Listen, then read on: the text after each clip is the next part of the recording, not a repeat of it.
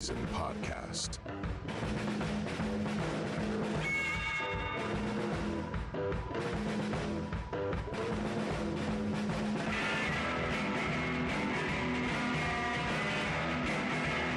Here are your hosts, Sean Phillips, Andy Van Beber, and Travis Kirkendall.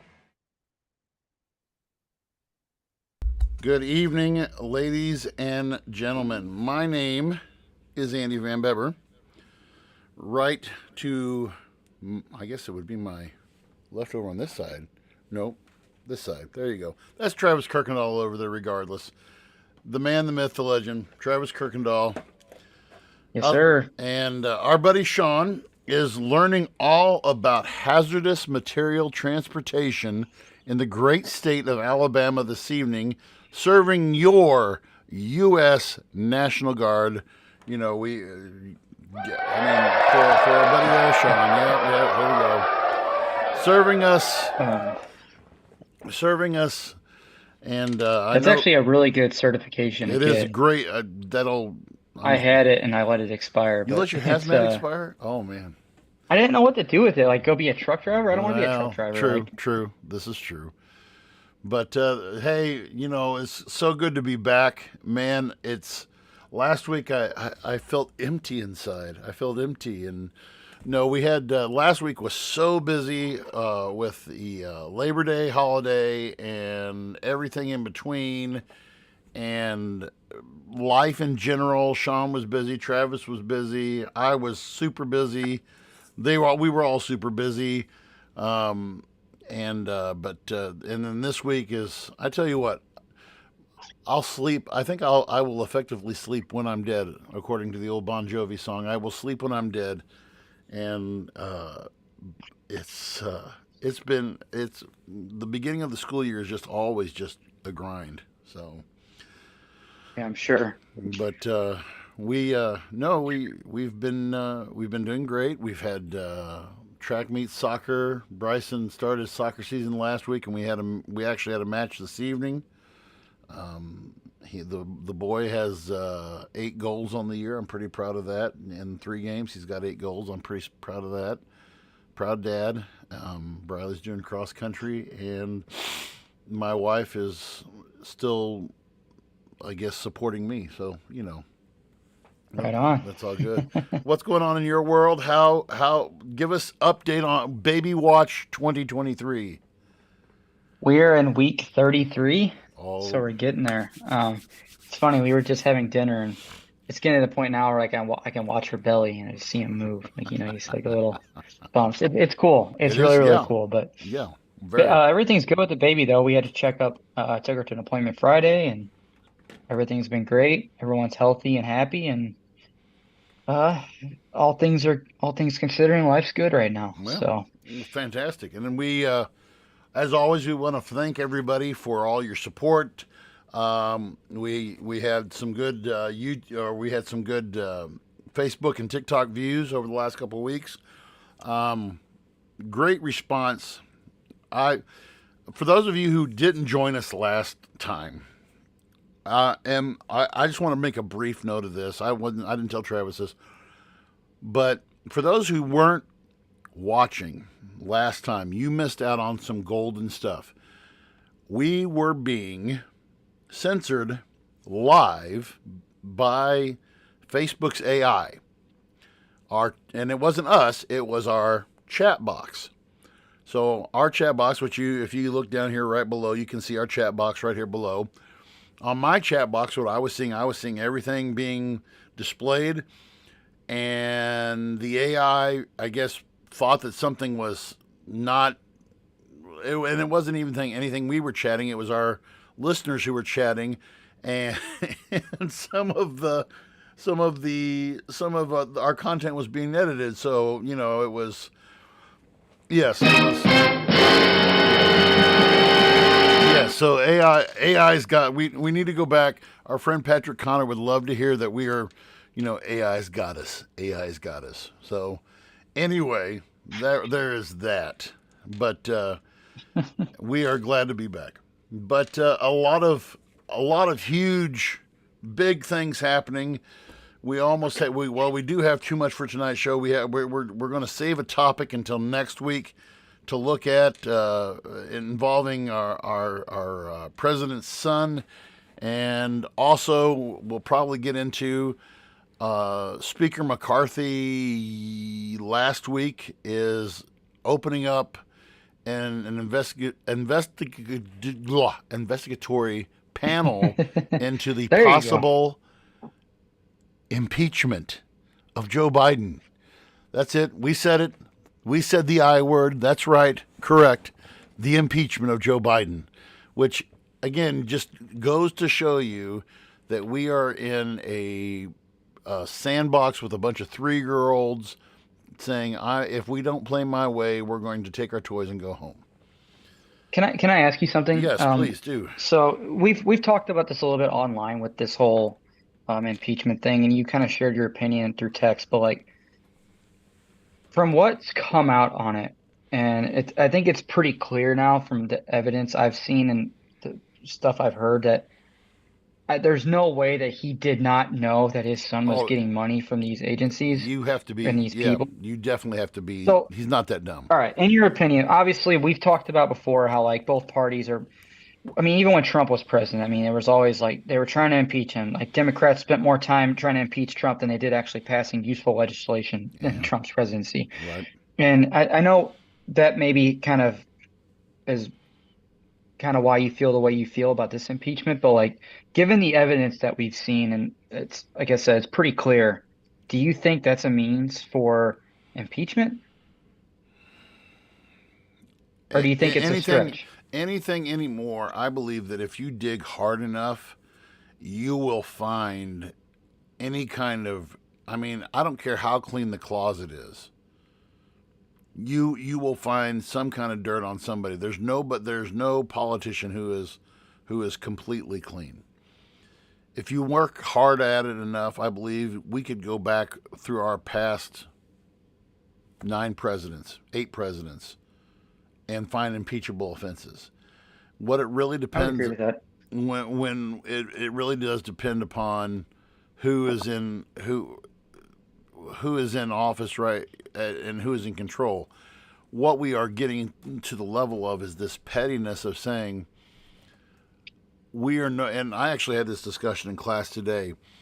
We are no longer represented by people. Our representative, our Republican form of government, and I'm not saying Republican Party, I'm saying Republican form of government where we elect officials to do our business.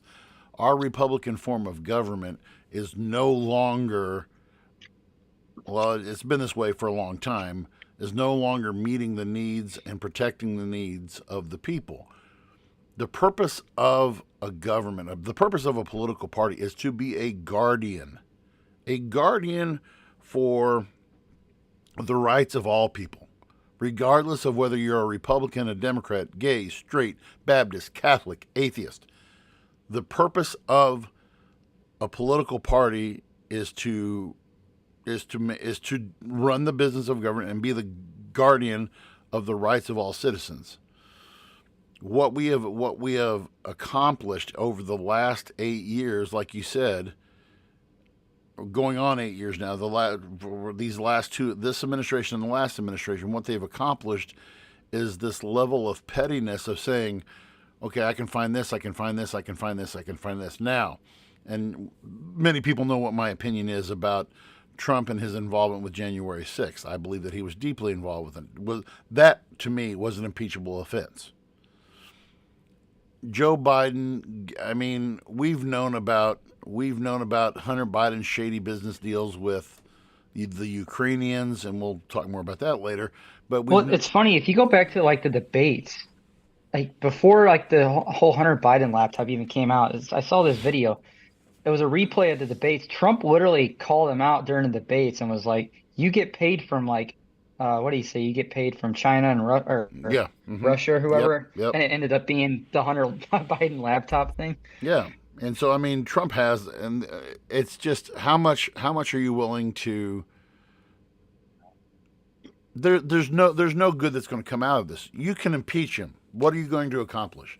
You're not going to get a conviction.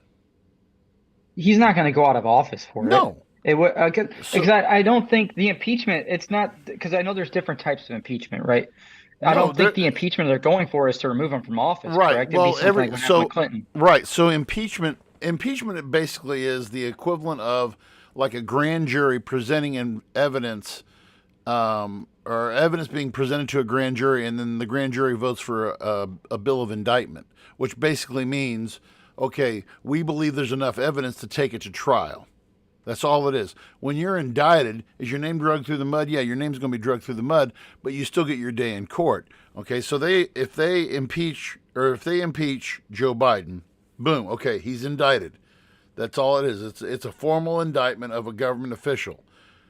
That person, whether it's a president, whether it's a congressman, whether it's a member of the president's cabinet, that person still gets their day in court before the Senate. Okay? Right now you have a 50-50 Senate with the tiebreak going with the vice president. Okay, I believe it is what do you have to have 66 votes to convict? And so that's obviously not going to happen. There's no way that it's going to happen. In the last Trump impeachment, I think there was what was there one? I think Mitt Romney was the only Republican who voted to convict. I believe so, yeah. Okay. And so And I think it's good that you're explaining this because I think most people they hear impeachment and they think we getting him out of office. Kicked out We of got to office. get him out of the office, and that has that's nothing. not exactly what it is. And if you think of and the way you just explained it, like dragging a person's name through the mud, then you could make the argument, okay, this has nothing to do with removing him from office. This is about scoring political points and getting their party in the power. And that's all what it is. And I mean, the worst, for example, when Bill Clinton was impeached for lying under oath about the whole Monica Lewinsky thing. Was not, to me, it wasn't an impeachable offense, but he broke the law. Impeachment, if you look at the Constitution, the act of impeachment is saved for high crimes and misdemeanors. Okay? Within the scope of who should have been impeached, okay? In my mind, Donald Trump for January 6th involvement. I know I make people mad when I say that, but January 6th involvement. Richard Nixon. 100%.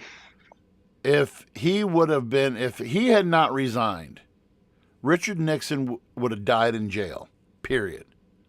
They had so many smoking guns, and then Gerald Ford goes off and pardons him. So impeachment. The worst that happened to Bill Clinton was, I believe, he was censured, which is basically a public, slap on the wrist is the equivalent of all it is. It's a slap on the wrist. And so that is possibly the worst that could happen, is that if they get Joe on this, they'll say, well, here it is, slap, done and done. I mean, it's not going to amount to anything. So yeah. But I will, since we are talking about the Senate. I mean, one thing we do want to give a hats off to. We want to Mitt Romney, and was that today? He announced. I believe it was announced today so it was September 13th. So what's yesterday? Yesterday. So Mitt Romney, who is 72, I believe, was what that article said. 76. 76. Thank you. So he's 76. Announced yesterday that he is not running for re-election. Good job there, Mitt. That is the whole thing about our argument about how old Congress is. At the same time, last Monday, Nancy Pelosi did come out and say, hey, I'm running for re-election at whatever age she's in her 80s. I'm not for sure as to. Yeah, she's 82 or 83. I was thinking 82. Really, so there's another. Another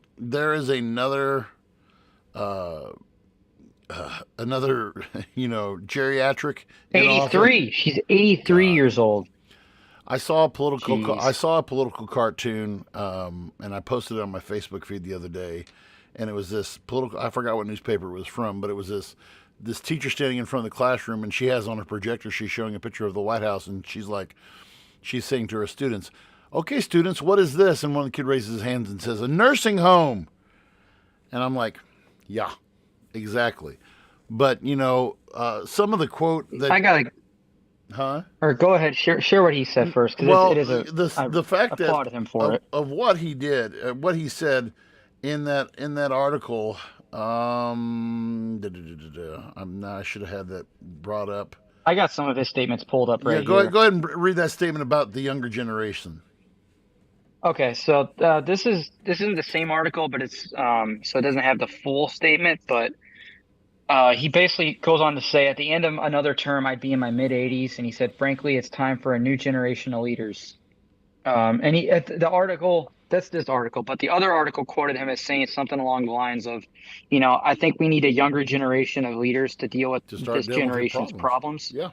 Yeah, Yeah, he's like, it's time for another generation to step up and do this, which is something totally we've talked agree. about before with like Totally we've agree. brought up the age of politicians and we've bashed Biden plenty of times.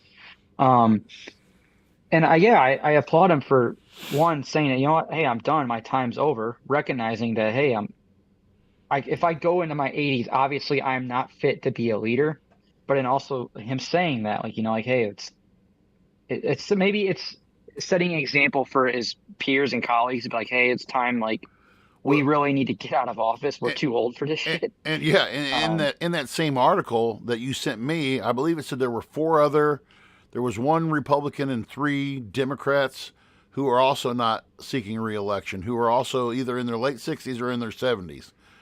And Good. again, hats off to those guys for recognizing, because I think that's part of the issue that we see in America today.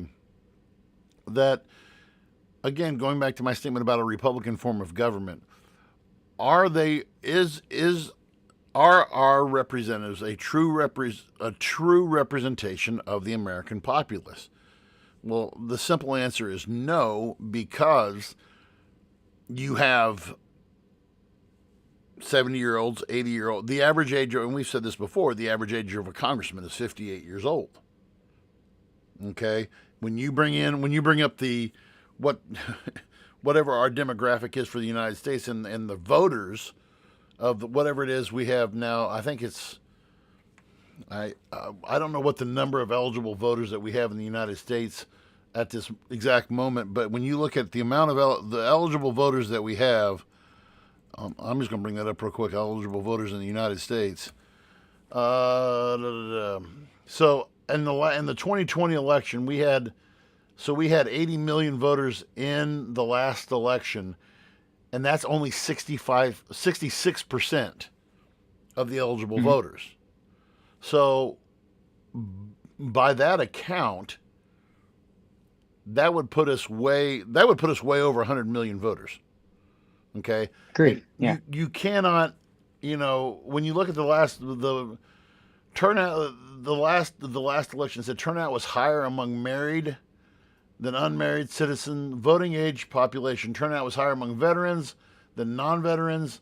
Native-born citizen voter was greater than 41% of naturalized citizens. There was all the immigrants were flooding the blah blah blah blah blah, whatever. But hats off to Mitt Romney for I think doing like you said, being an example for his coworkers, for people, for taking the stand and saying I'm going to do what's right.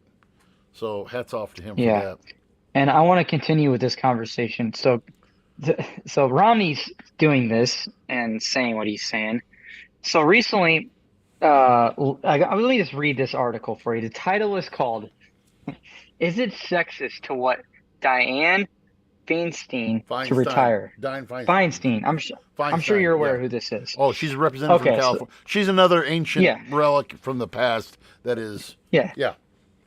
Yeah, so is it sexist to want her to retire is the name of the article, right? So I'm just going to read this first paragraph. It's comical. Last week, Okay. Politico published an article about Representative Nancy Pelosi in which the former House Speaker was asked, predictably, whether her home state's 90-year-old senior senator, we just said, should step down. Showing evident irritation, Pelosi told the reporter that there was a sexist double standard when it came to assessing the capability of aging politicians. Dianne comes along and then they're making such a fuss, she said, It's a guy thing, but that's the way the world is.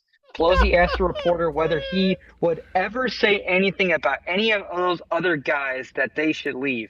You never ever wrote about them.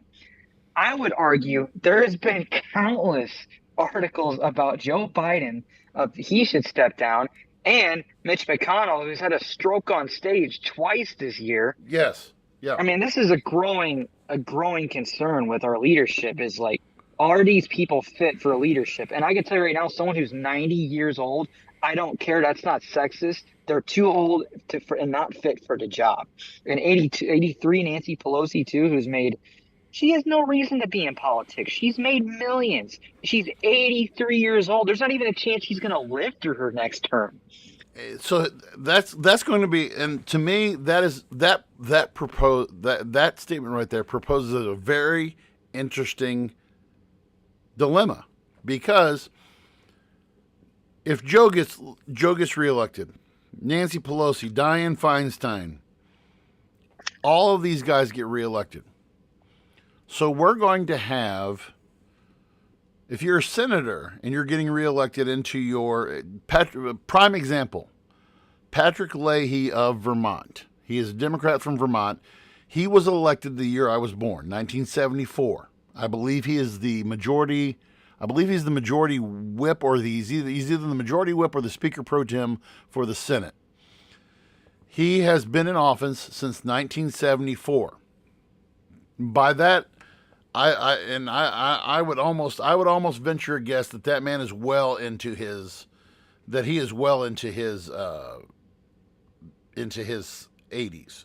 Okay, so with that being said, why?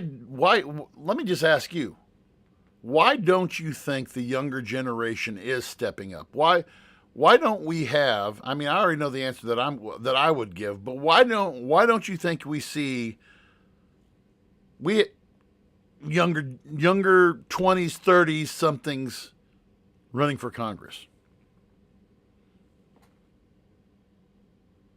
I'm asking. I'm sorry. I'm reading this question here, but I'm just saying. Why would you? I'm reading this Why article. don't you think we have more 20 or 30 somethings running in for Congress? Why? Well, for starters, I think it's I don't want to say gentleman's club per se, because No. you know what I mean when I make the statement. Rich white guy club. Yeah, it's not, unfortunately, I believe in the quote unquote American dream that you can do anything, but politics is one of those things, especially when you get to that political level. I feel like you really have to know the right people. You got to pay the right people. I just feel it's very skewed, and to get to that level, I don't think it's quite as simple as, oh, you get the majority vote, you give the people what they want, and you get voted in. Unfortunately, that's how it should work. So are you ready for this? Let me give you this list right here. So you mentioned Dianne Feinstein, who is retiring, 90 years old. Chuck Grassley, Republican of Iowa, 89. Grace Napolitano, Democrat, California, 86. Bill Parcell, Representative, New Jersey, 86. Eleanor Holmes Norton, D.C. Democrat, 86. Harold Rogers, Republican, Kentucky, 85. Maxine Waters, Democrat. Now, these are some of your power players, 85. Stony Hoyer, Maryland, another power player, Democrat, 84. Nancy Pelosi, 83. James Clyburn, Democrat, South Carolina, 83. Danny Davis, Democrat, Illinois, 82. Bernie Sanders, Independent, 82. John Carter, Texas, 81. Mitch McConnell, 81. Frederica Wilson, 80. Anna G. Eshoo, Democrat, 80. Representative Kay Granger, Texas, 80. Representative Rosa DeLauro, Connecticut, 80. Senator Jim Risch of Idaho, 80. Virginia Foxx, Republican, North Carolina, 80. Those are your 20 oldest members of Congress. Mm-hmm. Okay? So, to me, it is you're not incorrect in saying, a gentleman's club. It's not a rich. I mean, but it is to me. When you look at the representatives of Congress and in the Senate as well, what are the majority of these guys? Millionaires. They are over the age of 58, and they're white, and they're men. Well, think about it too. Like politics is very business. And what I mean by that is like if they're not half the time these people are in office writing legislation and doing whatever they do, I would say more than half the time than they're doing that, they're campaigning, they're getting funding, they're trying to boost their campaign and get votes and get views and get their message out there or whatever. So I think there's so much money that goes into it that the average person to get into politics like that, you have to have connections. You have to be a lot of these people, they come from rich families, and that's the only way. It's a money game to get into politics, unfortunately. It's not about getting the popular vote. It's about how much money can you get from who can you please who. That's why we talk about how that's like it's part of the controversy with like people in government buying stocks. People that write legislation buy And stocks. conflict of Well, who interest, funded their right? campaign? Right. The people they're writing legislation for the people they own stocks of, you know? So I think I think that's a big part of it. Let me ask you this. And So okay. here's your trivia question for the day, and I'm looking at this right now. Of the 435 members of the House of Representatives and the 100 senators, how many do you believe are under the age of 30? Under 30? Under 30. Oh, I'm gonna go with not even 10%. I'd say 5 or 8%, maybe. No, not even. Not even. Two. Less. Yeah. Two representatives, not percent. Two. Two representatives. One's 28, one's 20, and the other one is 25. Newly elected. Where is he from? From Florida. 25. And that is the bare minimum. And then, now we do have a number of 30-year-olds. There's a large number. I'm scrolling down through this list. There is a large number of 30-year-olds. I'll take that back. I lied. There are three. Here's another one. There are three members of Congress who are under the age of 30. Three. And we to go with what Mitt Romney was saying. Yes, we do need to turn this over to this younger generation. Well, part of it is we need term limits. I think it's so obvious now that career politicians are ruining things, and we need. I think that, and we talk about checks and balances in our government, and I think term limits should be a part of that Yeah. for like government on itself. You know what I mean? Mm-hmm.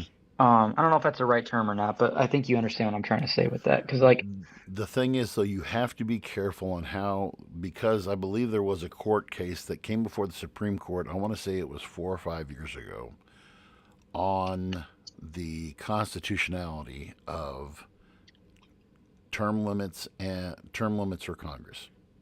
There was something about, I forgot what the name of the court case was, but there was something about the constitutionality of term limits, and just to me it's a no-brainer. We put two terms, what was the issue with the previous bill that they tried to go through with it? What was Was it one of those bills where they tried to hide some shit into it? And it's like, yeah, no I'm wonder sure it got I'm denied, sure or there was was it like, probably some meat into it. There was we do it on the state level. yeah, we I know. There's been a call for it, Yeah, and I mean, we do it in Missouri, and it was okay. It was a long time ago. It was U.S. term limits versus Thornton, and this was in 1995. The states cannot impose additional restrictions such as term limits on its representatives in the federal government beyond those provided by the Constitution. interesting. So but like I said, that was 1995. So hey, don't try to limit your congressman's. But Well, wasn't I believe it was Nikki Haley at the Republican who said debate, didn't she? That was one of the talking points she had, right? She she had brought said up she term said she limits. said she didn't say term limit. She was talking about, I believe it was over every representative over the age of 72, or any politician over the age of 72 has to go through some kind of, I don't want to say Okay. mental, it was like mental fitness test. Does that sound right? It Mental. was okay. Yeah, that sounds right. And hey, look, that's a step in the right direction. It is, but I think But again, here, hey, let's before I say that, who is giving that test, and how do we know that's in fact valid? yeah. Because we've been hearing that Biden is great. He's healthy as ever. He's super Who? coherent, which Yes, the president's clearly doctor is going to say that. clearly Yes. he is not. And I don't buy whatever any of those doctors are saying about him. No. I heard there was an article that came out 4 days ago. Kamala Harris did an interview with like the Face of the Nation Yes. or Face the Nation. I'm sure you saw the headline for that where Yeah. they had asked, what are your concerns? There's a lot of growing concern with the president's age, and she basically, I got her quote here, and it's Go just, ahead. I don't know, interesting language. I pick up on this kind of stuff. As they said, are you prepared to be commander in chief? And she said, yes, I am, if necessary. But Joe Biden is going to be fine. So it makes me wonder, is No. that really, are they really going with it? Are they really going for a second term of those two? And that statement right there tells me that there's no way he makes it through that second term. No. I mean, how many times? And I've lost I'm sorry. track. I've lost track of how many times he's fell.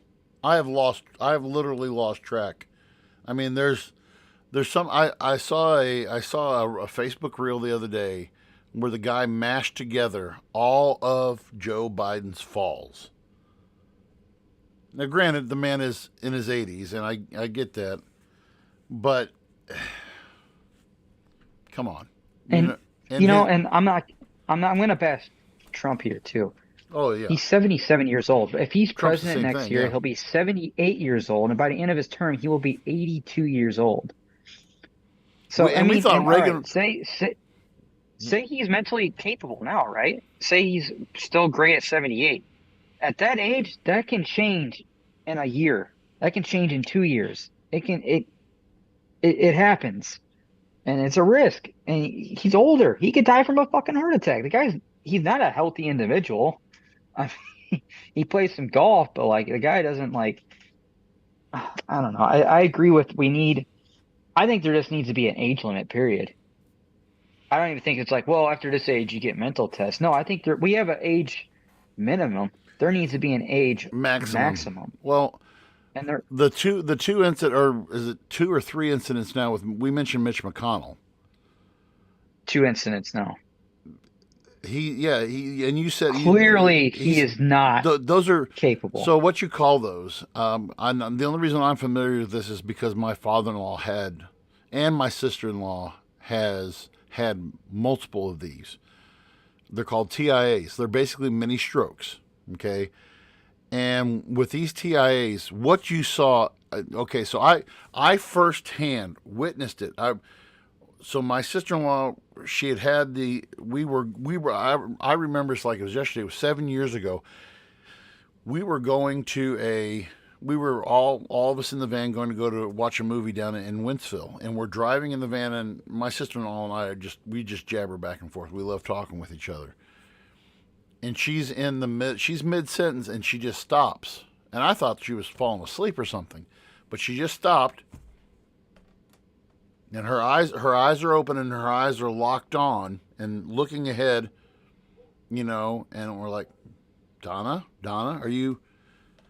And, and so we take her, we put her in the hospital, we take her to the emergency room. She checks out fine.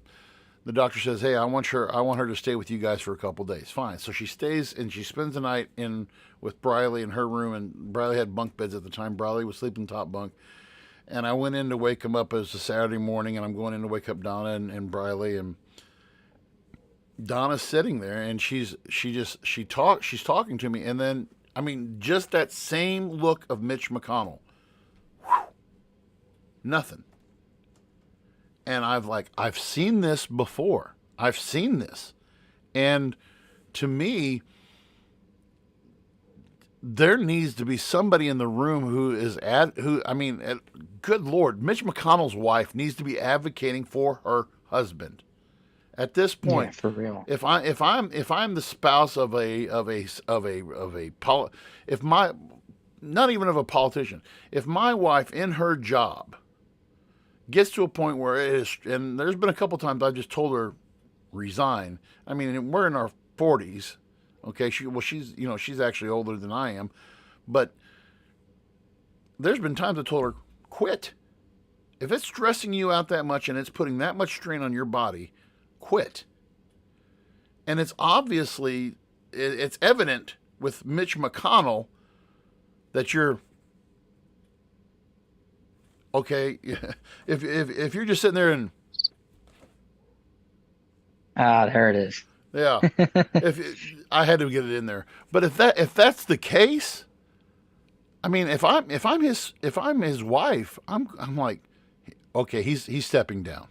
He's stepping down. But It blows my mind. yeah. Blows my mind. But along that conversation since we're on the topic of Congress, we are getting to that magical point again in the congressional calendar and on the political calendar of reaching the debt ceiling. We are at, as of right now, and I can bring this up and show our viewers here on the screen. As of right now, we are at 32. Where's the sound effects? Add the sound effects to it. 30, It pops up. 32,963 trillion. Or no, I'm sorry, 32 trillion 963 billion 440 million. Da, da, da, da, da. So there you go. Really quick. I've said this many times before. I want everyone listening to stop, and I want you to try to comprehend how much money that is. Guess what? You can't. You cannot comprehend how much money that is. The human mind cannot comprehend how much just $1 trillion is. If you just break down it into time, if you break down the money value into time, it's anyway. Sorry, I had to get that in there. No, it's ridiculous. but I don't know how we're ever going to pay it off. Here we go right here. So if you look in the bottom right-hand corner of your screen right now, there it is. This is usdebtclock.org. This is I use this at least once every school year. I used it this morning. We were talking about deficit spending in my modern world class, and we were talking about how the French were doing it. It was one of the causes of the French Revolution. But yeah, let me just bring out this little nugget of joy right here. If you look right here, and I don't know if you can see probably not, but if you look at this I can't see it. 90, if you were to every man, woman, and child in the United States, if you were to break down the debt equally amongst everybody, it would be 90. Every man, woman, and child in the United States would pay $98,223.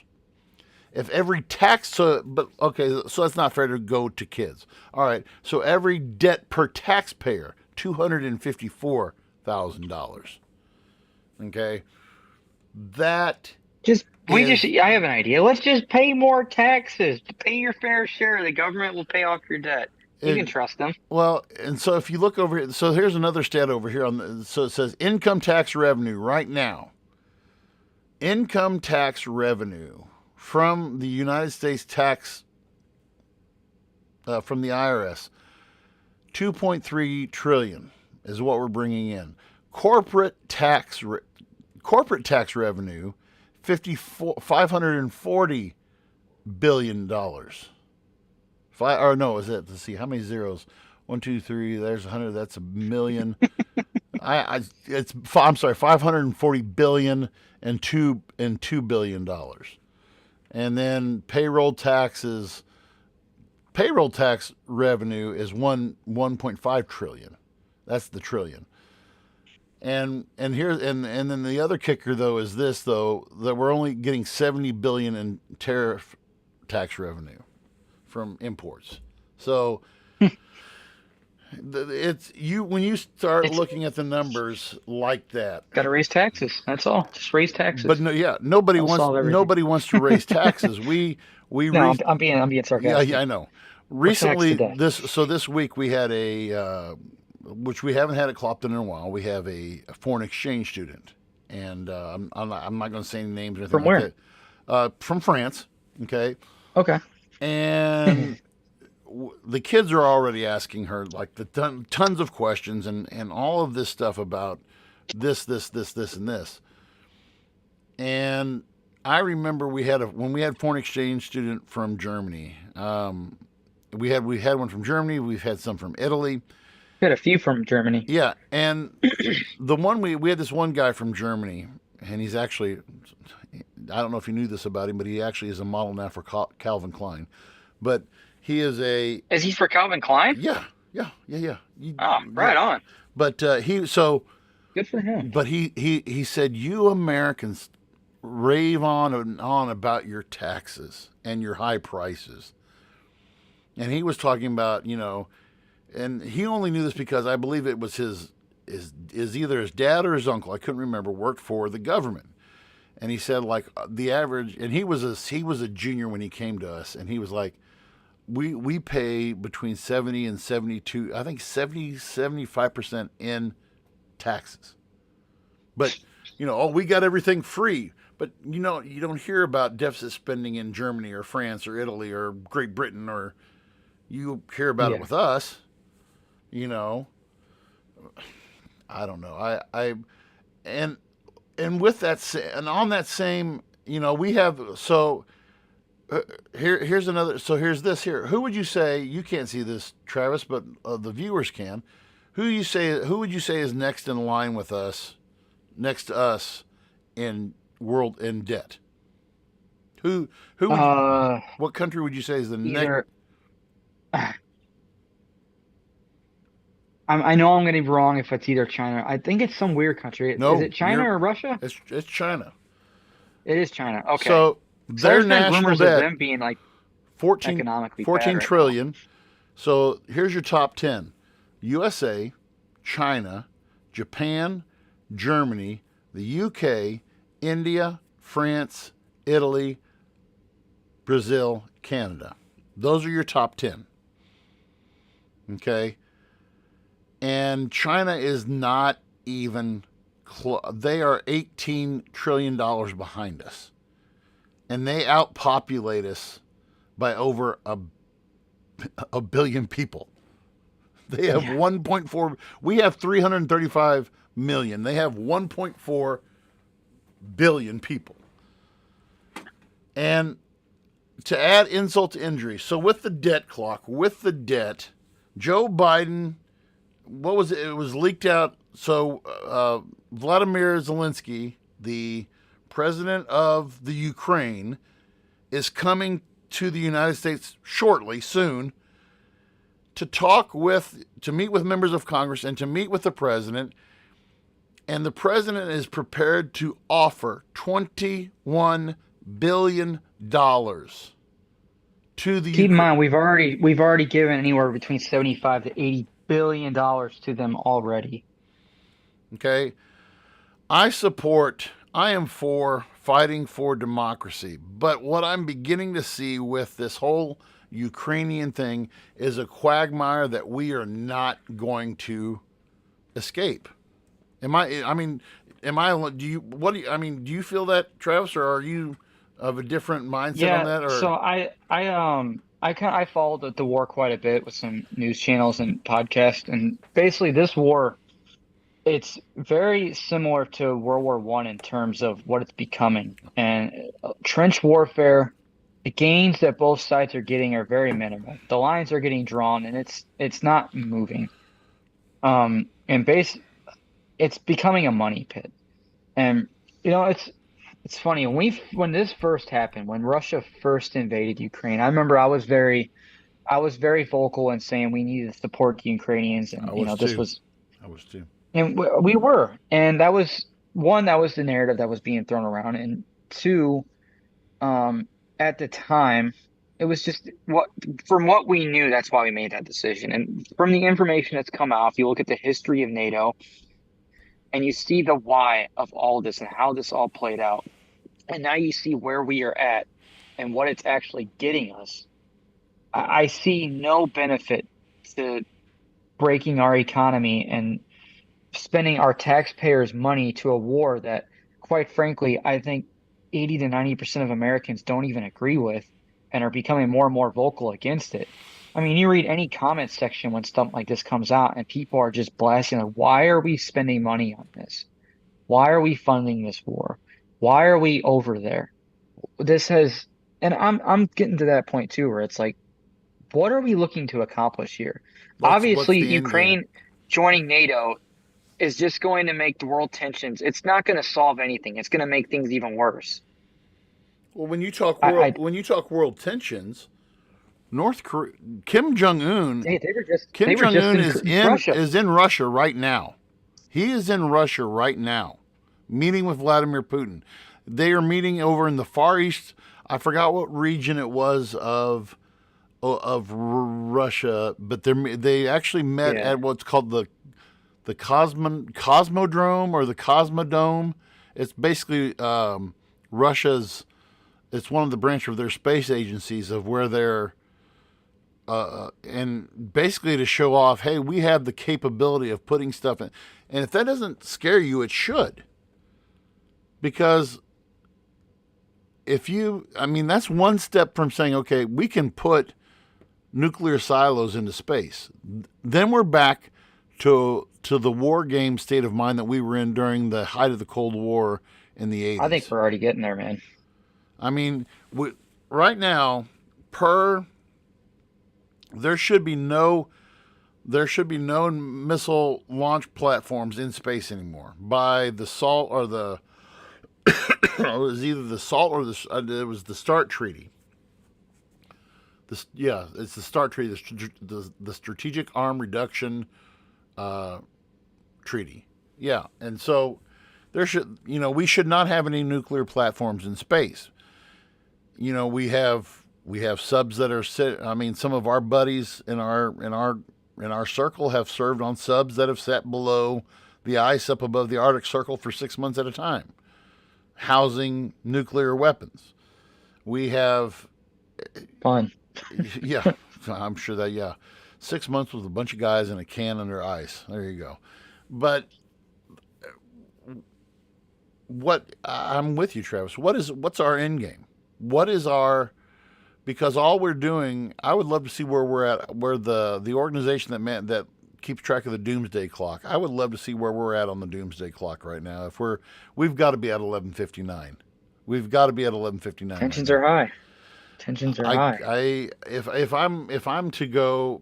If I'm to look at this situation though, if I'm a U.S. citizen, and this goes back to what we were saying earlier when we were talking about representation in Congress, the average American, I think it would be safe to say, the average American does not want to go to war.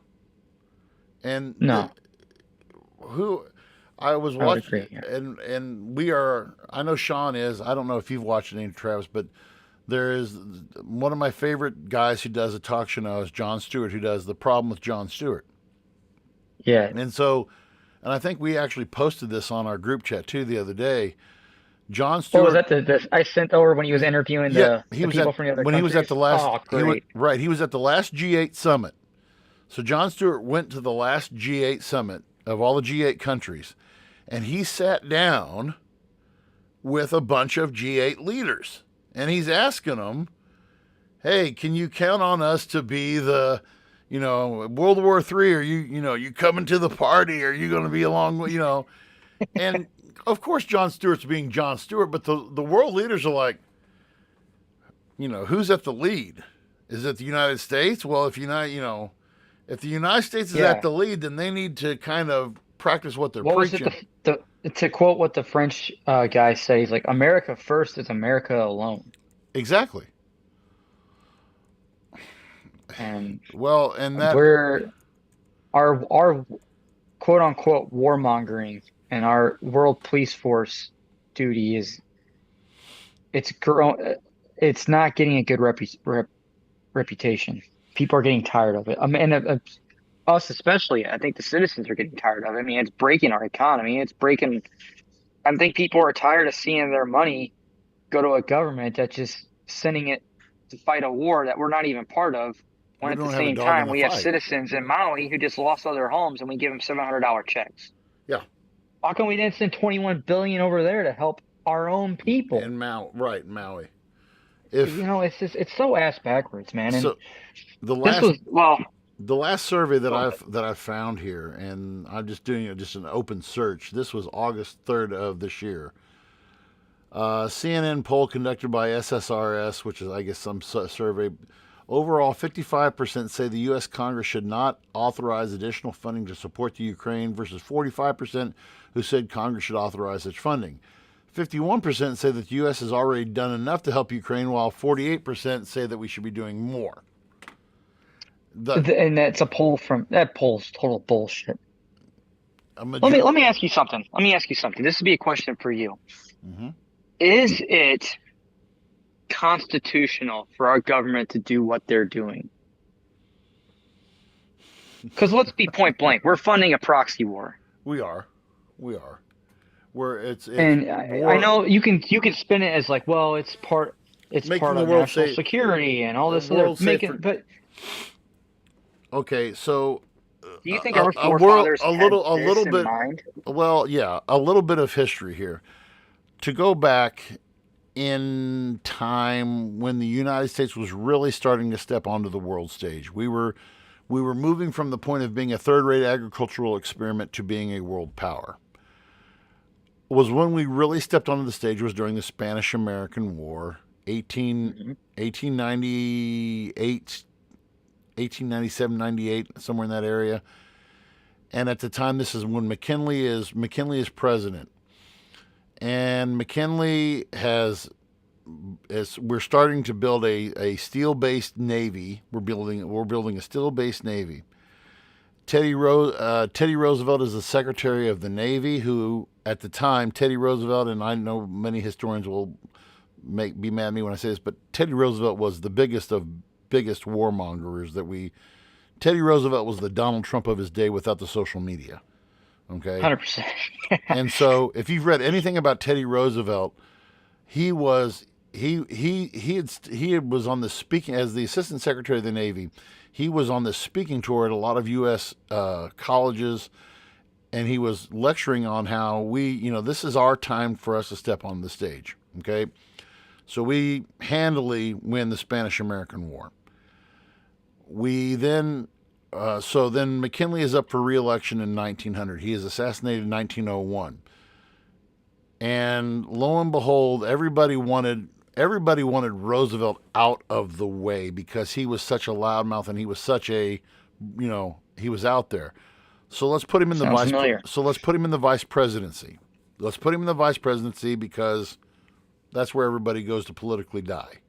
Okay, and lo and behold, McKinley gets assassinated. Now you have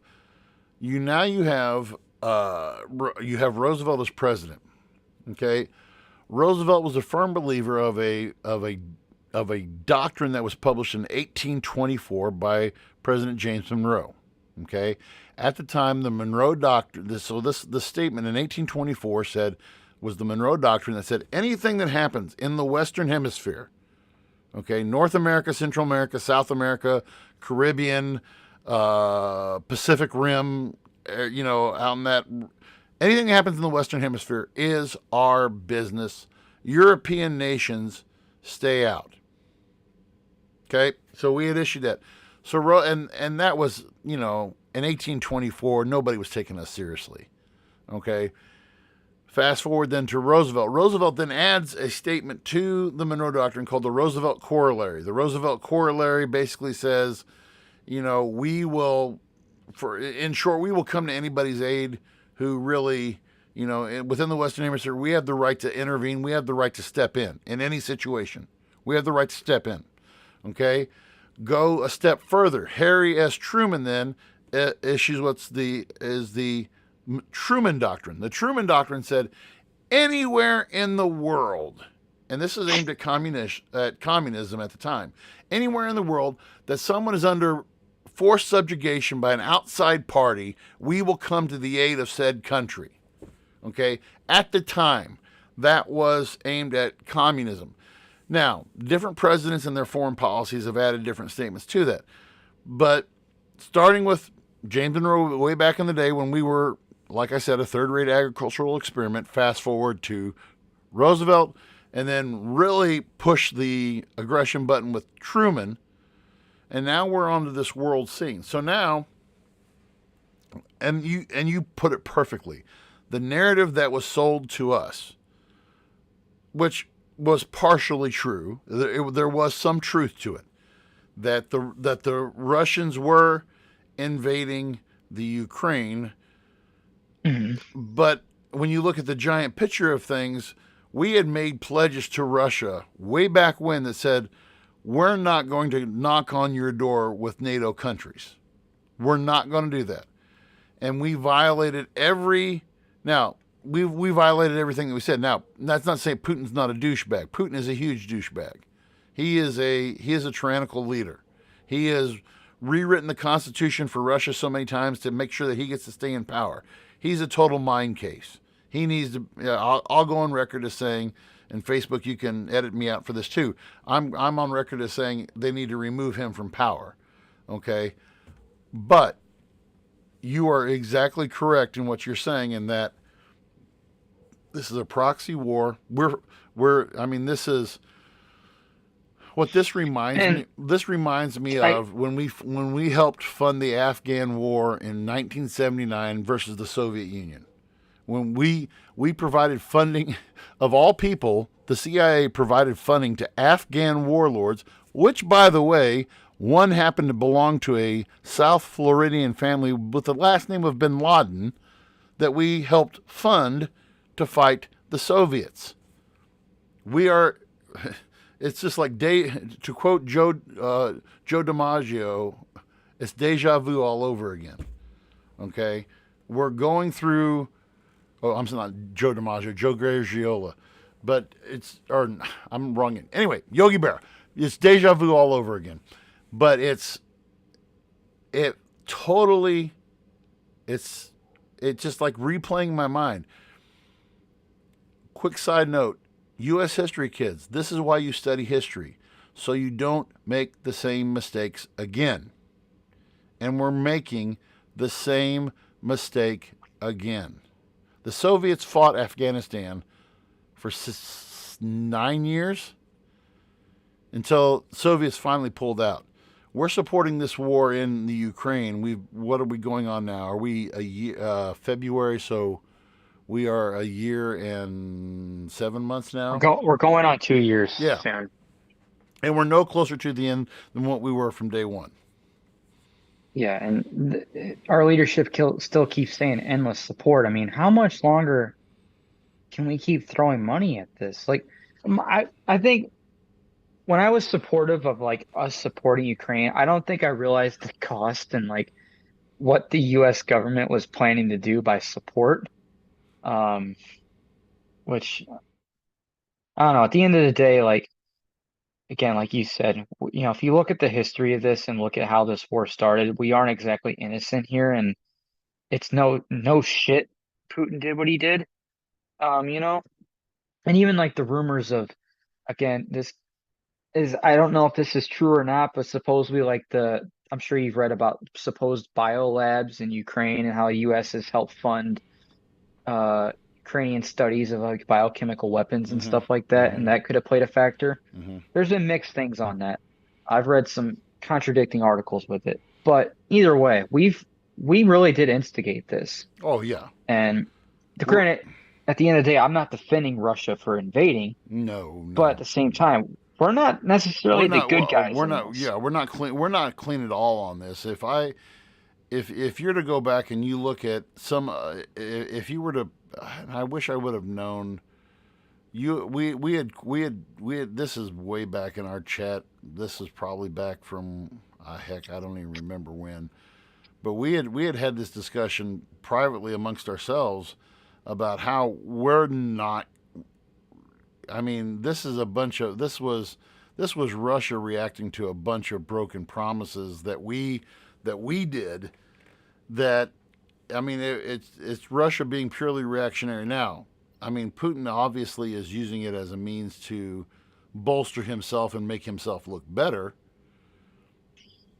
But at the end of the day, it's a war. It's a war in which nobody's going to win. There's not going to be. You can't say there's going to be a clear winner. There's not going to be a clear loser.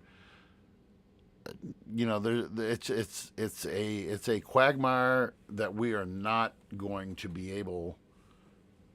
We're not winning that war. No. The only people that I don't think anyone wins that war. There's only losers in this war. Mm-hmm. There's just too many. There's just too much. I mean, I remember looking at the numbers.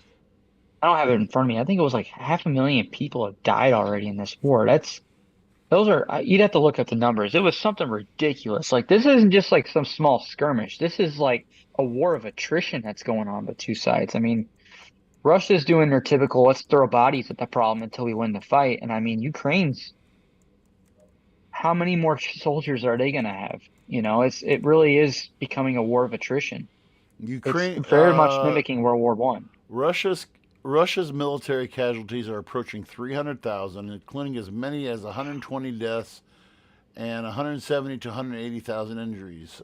Ukrainian deaths are close to 70,000 with 100,000 to 120,000 wounded. And we're not even 2 years into this, and there's no end in sight.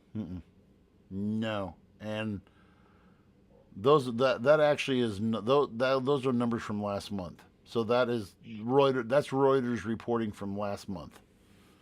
So I don't know. We want to pay off our debt. I think we need to stop funding foreign wars. Well, we need to be focusing on where our true problems.